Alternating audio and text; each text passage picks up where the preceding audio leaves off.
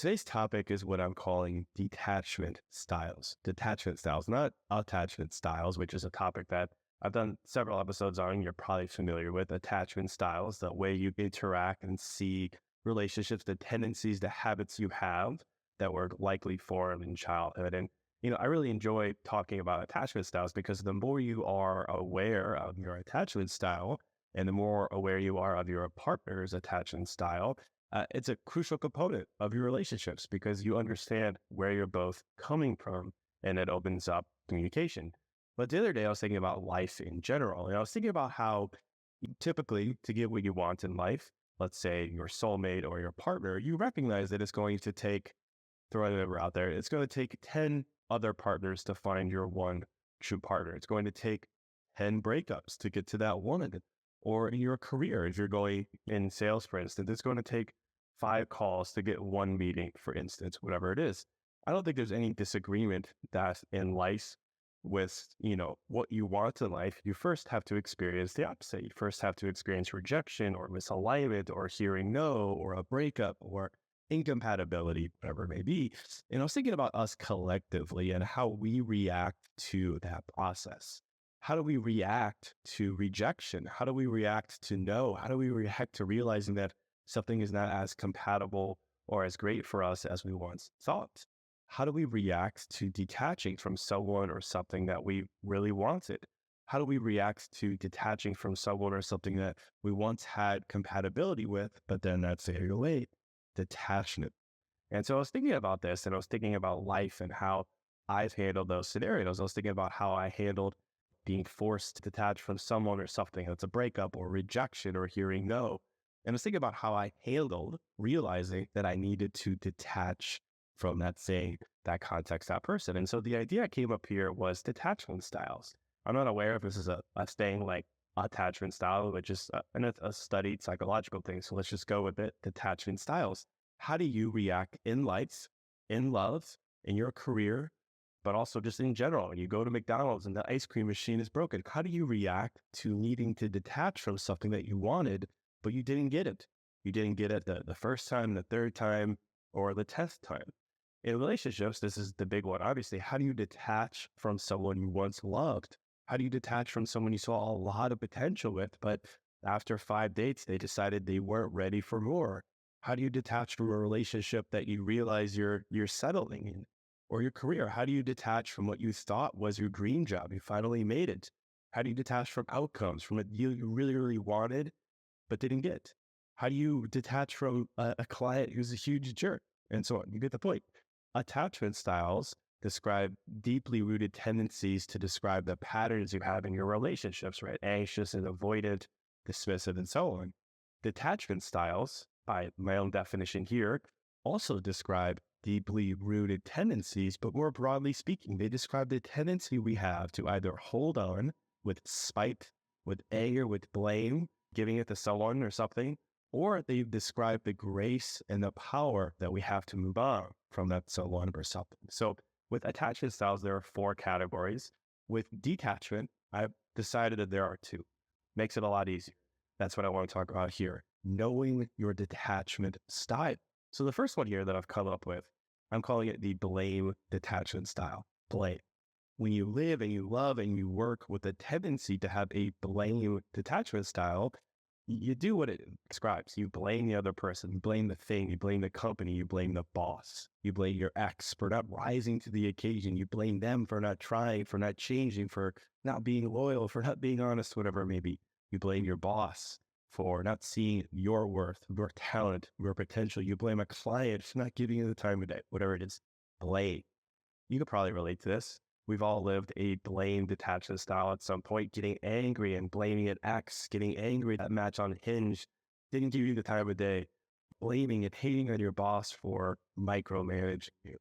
That's blame in instances where you need to detach, where you need to unhitch your emotional ride from that person, where you need to move on from a relationship because it's over. But instead of doing that gracefully, we do what sometimes we're wired to do, frankly, which is we blame. They suck. They're stupid. They're crazy.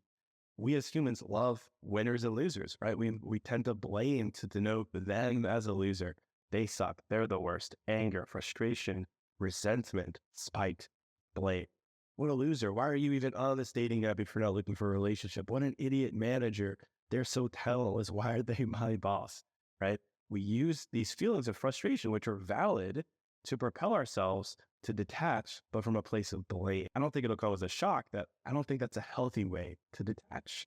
Certainly, it's a human one. And that might feel good. It feels validating for a second. Let it all out. Let it loose. Go nuts. But anger, resentment, hate, spite, blame, that is not the way you want to exit something on your way to something better. It's a detachment style, frankly, that really signs you up for more of what you're dishing out, more of that blame. But detachment style, too, is the opposite of this. It's a graceful way of detaching, where instead of using blame as your fuel, you use your own self-respect. So let's call it grace. Detachment style 1 is blame. Detachment style 2 is grace.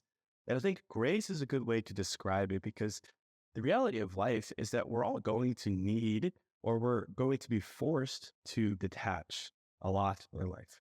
We're all going to need to learn to walk away. We have to. It's human 101. And grace is a good word to describe something we know we're going to need to do. It's a good word to describe something we know is good for us. Walking away is good for us, because that's life. A lot of the time, we need to walk away from people and circumstances because we know they can't deliver on what we deserve. I'm sure you don't disagree with that, right? We need to walk away from Chad, the F-boy, and finally showed his true colors, or Jessica, who played with your heart in a hurtful way, or Roberts from Account Receivable, who, talked about you behind your back, right? In those instances, I'm sure you'd agree that you deserve better. Your standards, your boundaries, your self-respect demands that you deserve better. And you can either react to those instances with anger and with blame, and you can use that as the wind in your detachment sails, or you can take pause and choose grace. You could choose power. That's grace, that's power, that's defined by the realization that life is filled with instances where we need to walk away. It's the only way to grow. We need to walk away from people and instances where we know we're not being delivered on our standard. We're being overlooked. And that does not mean you're weak. It doesn't mean you're giving up when you're walking away. It doesn't mean you're lost when you're walking away. And if you think about it, a lot of the time we do think that's the case. We think that we're weak and we're the victim when we have to walk away from something. And that's because it's no shock that we choose blame as our means of detachment, because blame kind of offsets a victim mindset. If you're angry with them, if they didn't deliver, if they're an idiot, if they're the bad guy, well, then that can't mean that you're weak or you're lost or you're the victim, because it's their fault. And I get that rationalization, but that is short-sighted. And like many people, I've struggled with that, by using anger and hate and spite as a motivation, but it only serves to fill your heart with those very emotions. And that is not a peaceful way to live. But most of all, it's not a powerful way to live. There's no leverage in that. It takes your power away. So I say, take your power back by choosing grace, by choosing detachment style number 2. That's choosing to say that you are letting go, you are moving on, you are detaching because you deserve better. End of story. That you need to move on because you love yourself. Your standards need to be respected. But most of all, grace says that you've learned through that experience. And I know that's cheesy. I know it's a cliche. Be like, oh, that devastated me, but I learned. I understand that that's not easy to say, but we need to learn to move in that general direction. So I'll tell you how I've chosen to replace blame with self-respect, with power. And I'll refer back to something that I talked about a long time ago. I called it self-made, where I talked about the difference between being taught and being shaped in life. And I'm sure you've heard the saying before that your past shapes you into the person you are today. Your past shapes you. It's a very common saying, and I really don't like it. I don't like that saying. I prefer the saying, my past taught me. And that is the essence of grace. That is the essence of power, to say my past taught me. When you say someone or something shaped you, it's implying passiveness. You're implying that their action molded you without your permission. You're saying that their dishonesty or their lack of commitment or whatever, it shaped you. You didn't have a choice in the matter. They gave you trust issues. They gave you insecurity. They gave you anxiousness, and there's nothing you could do about it. But when you're determined to take your power back, instead of being shaped by something, you decide to be taught by it. That is, you decide what to make of someone or something. You decide what the conclusion is. You decide why you are detaching. You decide if a breakup fills you with anger and resentment towards someone who was dishonest, or you decide that it taught you that honesty is the most important attribute you look for in a partner. You decide if a failure in your career fills you with spite toward your boss and that no one sees your potential, or you decide that it taught you that you're capable of so much more and you're excited to bring that to life. Taught versus shaped. And I say all that because being determined to be taught by your past instead of shaped by it, that's the definition of power. It's the definition of grace because you are deciding what to do when you know you need to detach. You're deciding to not knee-jerk react with blame and hate and anger. Instead, you're saying, okay, I might not want to detach, but I need to, and here's what it taught me. That is power. That is strength in the face of something that is hurtful, right? Being overlooked or hurt or abandoned or rejected. You can take a deep breath and say, okay, we all know that they're at fault, but blame doesn't level me up. Blame doesn't give me inner peace. Blame doesn't move me on. It makes it more about them. Detachment should be about you. And grace is what refocuses you to that place. It takes that blame and turns it into power, self-power. It's you saying, yes, okay, the obvious answer is that someone fell short and it hurt me, but my energy is better placed and better used by saying, as a result of this, here is my resolve, here is my resolution, here is my self-respect. That is where your energy belongs. That is where your energy is best spent.